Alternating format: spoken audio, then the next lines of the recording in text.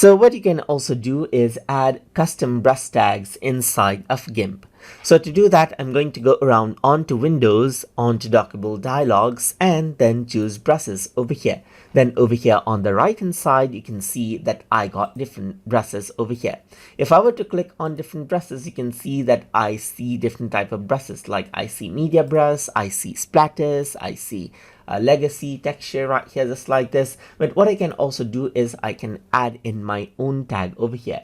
Like let's say for example, apart from texture, I want this one. So I want, let's say for example, this particular brush to be like, let's say for example, spray right here. So I'm just going to go around and say spray over here. So now once I go around, you can see that spray and texture is an option. So I'm just going to go around and say air, let's say for example, then there is air, spray and texture added in right there.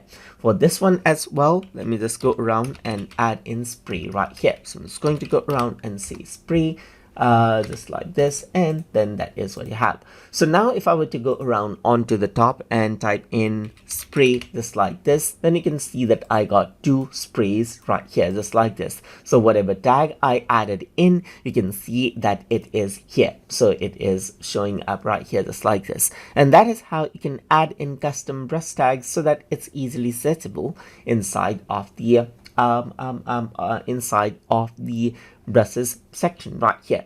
So if you guys learned something as always, and as always, please like, comment, share, and subscribe.